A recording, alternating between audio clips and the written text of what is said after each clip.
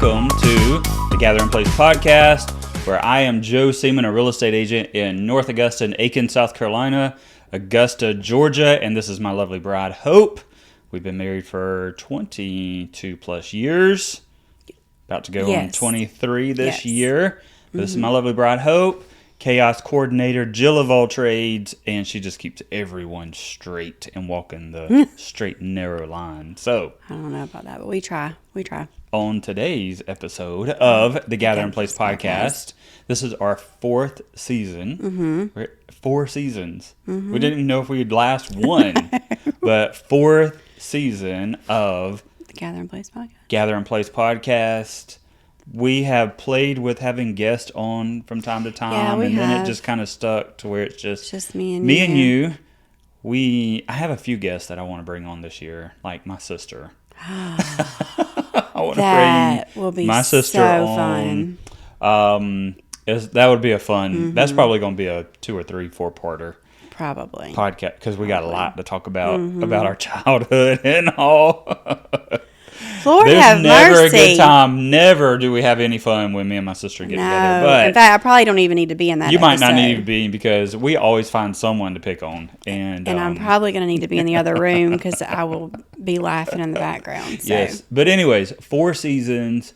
Drew said we are on our 40th or 50th episode, somewhere in there, which is nuts to me. So we're in 2025, a brand new year, a brand new set.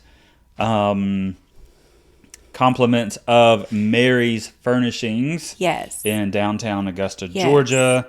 Got the chair, got painting, got pillows from Mary's. What's the little girl down Emma there? Claire. Emma Claire. Down at Mary's Furnishings. Yes. Always so sweet when we go in there. So shout out to Mary's Furnishings. We do If love you've not been in Mary's Furnishings downtown Augusta, it is worth the trip. Yes. You will walk out with something. Like Hope got our lamps, and there's so much in our house that has come from Mary's Furnishings. We love it there. So especially this whole room, pretty much. the whole room. So little fun fact, we are actually filming in our bedroom. Yay! Inside our bedroom. So Hope and I, we have been wanting to redo our bedroom for years. First of all, we've been in this room for 20 years. Almost 21 years this year. Yes. And it was completely unchanged. Same rug, same bed, same bedding, same curtains, same everything was the same. So finally, 20 years of having the exact, no paint changes, no nothing. Yes. And the lamps were the same. Everything was the same. And so drastic. Now Hope wanted something very different. Yes. And yours truly tries to make all her wishes and dreams come true. And so we had texture on our ceiling that we had to that drove him nuts. Scrape off. Yes. To create a smooth ceiling, and then everything in our room is painted this color. Y'all can't see it, but the trim, the ceiling, the doors, everything is painted this color. So, and I changed it at the last minute. Yes. Because we were literally in the paint store, and we had settled on a color. That was a lot darker than a lot darker. But I'd seen this ad on, and I just wanted the look of this. I wanted the gold with the green, and then I was like, please, can we do this? And then you did it. Yeah. I have pictures of that. I'm going to send those to Drew so he can at least... he spray painted all of it. Spray painted sounds bad. Not spray, air spray. Air sprayed the entire Airless room. spray. Yeah. Yes. So it was like, honestly, it would have taken you, if you hadn't run out of paint, it would have taken you what? The whole room. An hour. Yeah. Maybe. The whole room. And so... I was literally 1 gallon short. This was at 9 or 9:30 at night. I was like, we're going to get this done. Sunday is tomorrow. We'll get it'll be all dry by the time we wake up. We'll start putting our stuff back, and boom, 9 o'clock, like Saturday night. From here over, that was it. I ran out, and I was literally short 1 gallon of paint. So had to clean the sprayer up, had to put all the materials up, clean all the brushes, clean everything up.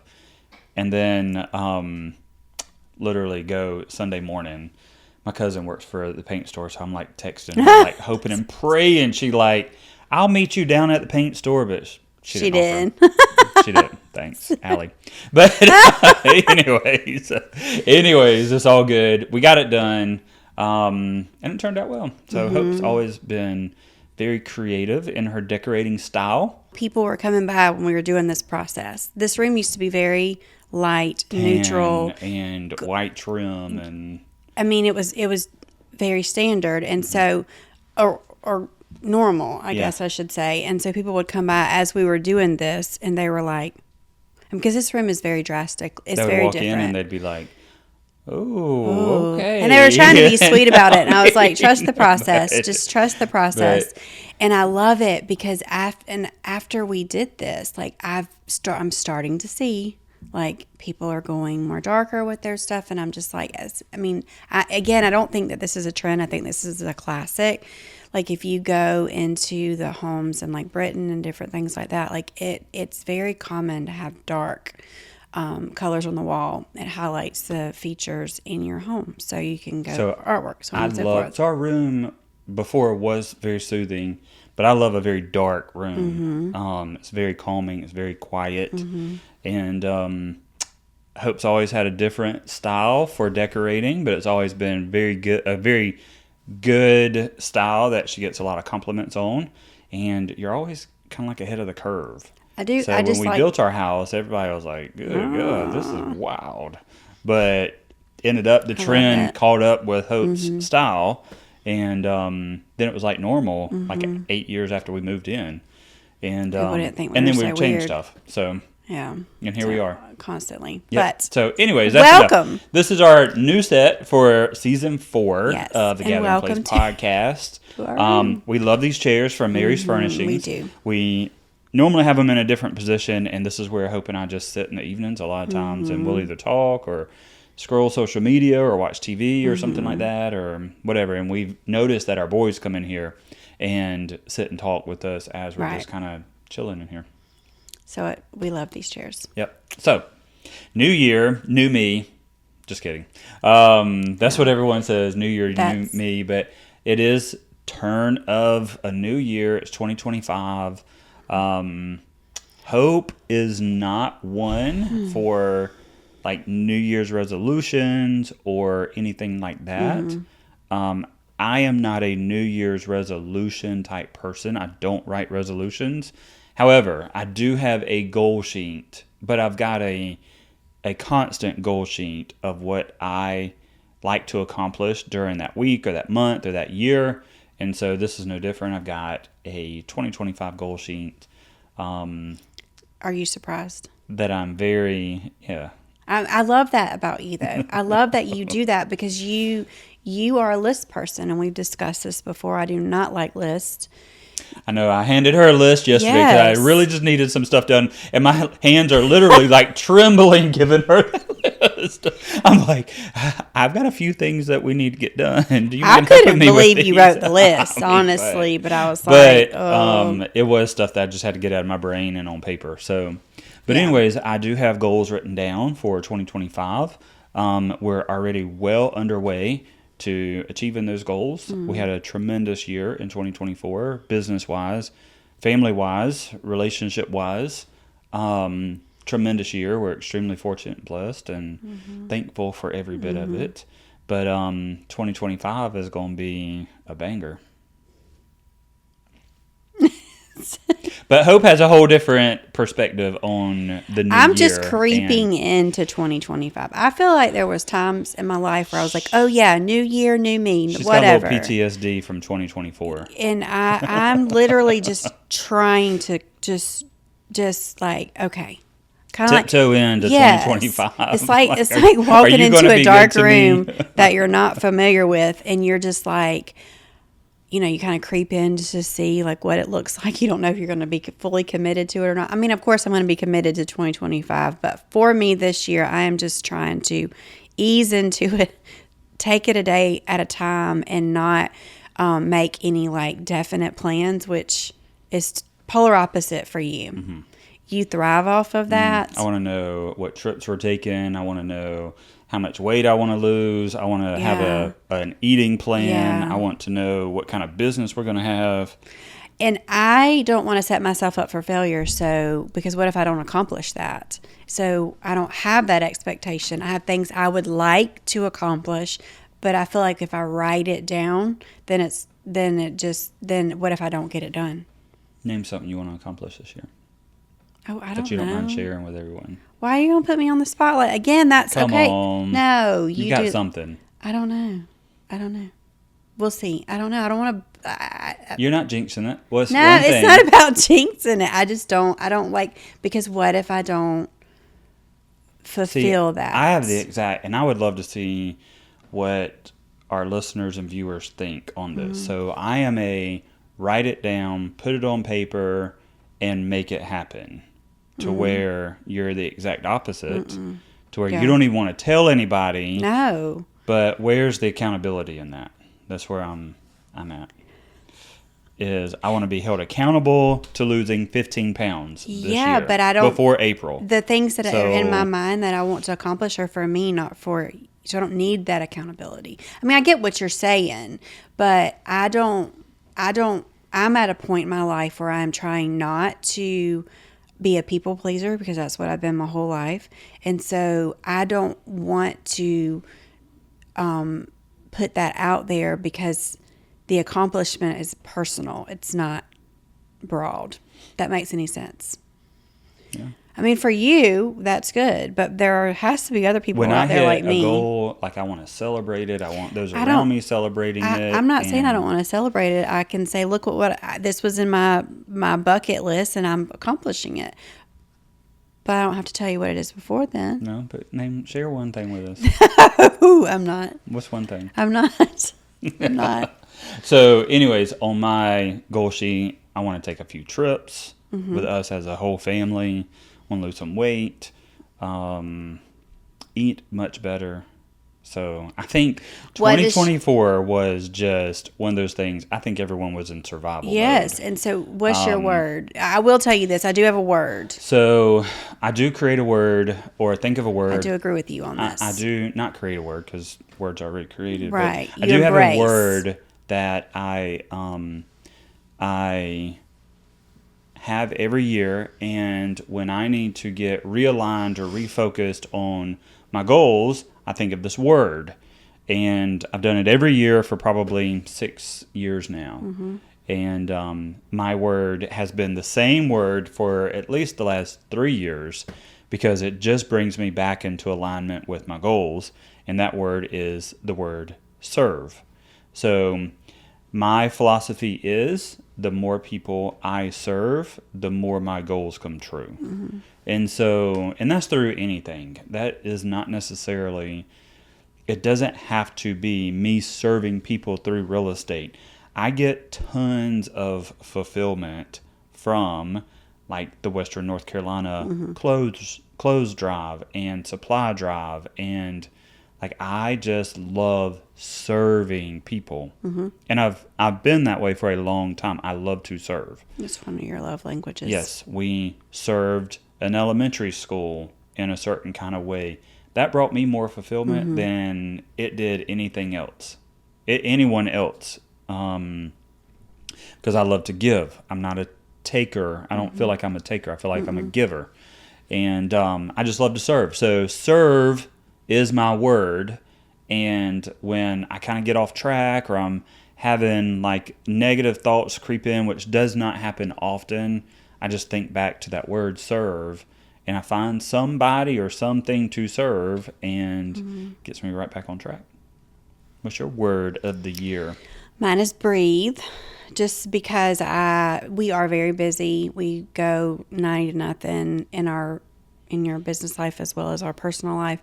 And for a long time, I've like tried to embrace like be still, be still, be still, and that's just doesn't work very well for me.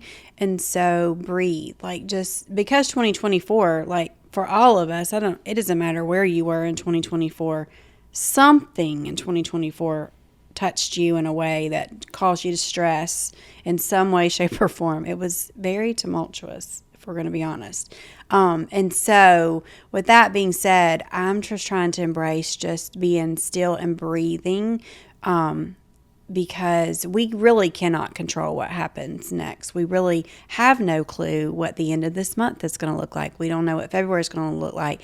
And so where Joe is really good about projecting and embracing and keeping his eye on his goal, I'm in the season where I'm just trying to just breathe through it. Like, just breathe through whatever comes, instead of, I can get so caught up in the what ifs of what's going to happen that I will restrict myself in the now. So that's why I'm trying to embrace that. Just breathe. So no, I'm not going to write things on paper, but I will tell you my word. That's my word. Just breathe through your next minute, hour, whatever that is. I don't like keep bringing it up because 2024 was a rough year. Business wise, environment wise, we had a hurricane in our area. Like, it was just tough. And I spoke with an agent who has been in the business. I say this, but this is my number 3 agent that I've spoke with in the last 3 or 4 months that have been in the business, in the industry, in the real estate industry, longer than I've been alive.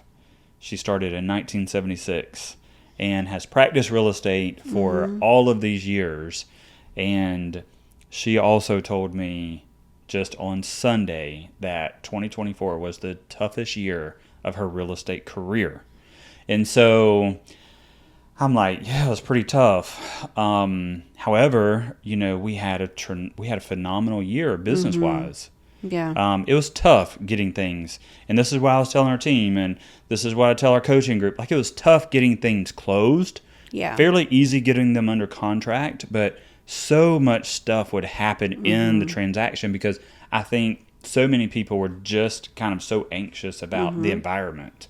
And they didn't know what was, Yeah. And so year to date, or last year, we closed 126 homes, which is phenomenal. According to the stats, of 75% of realtors across the country closed 0 to 1 home. And the J Properties teams closed 126 homes. So phenomenal year, yes, but it was tough. Right. It was They weren't so tough. They weren't easy. Like, I don't know that there was an easy transaction that we completed. And I honestly think we thought at the beginning of the year, because it was an election year, and let's just be honest, like, I think you could probably go back on some podcasts and hear it, we were like, batten down the hatchets, here we go, like, it's going to be. And I feel like that ebbed and flowed. And then I feel like, we very well, Sherry got trained very well this year. Sherry is our transaction coordinator now, and she saw all kinds of highs and lows, which I think you learn more, especially in transaction work, during that. Because there were moments where she could slow down and catch up, when there was moments where she couldn't catch up. So it's interesting how it all kind of went along. But then here we are in January of 2025, and yesterday you closed 3 properties in one day. Yeah. And and sent off 4 listings, and yes. And you're just and then we put 4 under contract. Yeah. So, and it's January, the first, not even the first full week of January. Right. And so I don't know if that's a sign of things to come. I don't really know, and I'm not going to forecast what this year is going to do, but I've got good feelings about this year, but I'm so thankful to be done with, and I think that's the general consensus, is everyone's thankful to be done with 2024. Yeah, I did not mind seeing it go. And that sounds terrible, because we had a lot of good things happen in 2024. A ton of good things. A ton of them, but it's just like the tail end of it just really got us in a different mindset for a while. And so honestly, I don't want to go back and say 2024 was horrendous, because the whole thing wasn't, but just the tail end was tough. It was tough. So anyways, that is our differences on Hope does not do New Year's resolutions. Neither one of us do New Year's resolutions. Hope is definitely not going to write down New Year's resolutions.